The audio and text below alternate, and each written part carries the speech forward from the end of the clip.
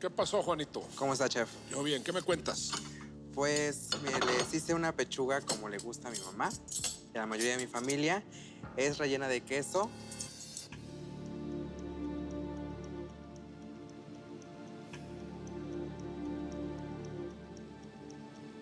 No, creo que lo que se hace aquí. Como que el chef Herrera lo está haciendo de adrede porque sabe que me enojo fácilmente. Entonces, lo voy a dejar ser por esta noche. Me imagino que son súper fans de la col de Bruselas, ¿verdad? Sí, pero pues agarró la más grande, chef. Bueno, ok. Ahorita platicamos. Claro que sí. Gracias.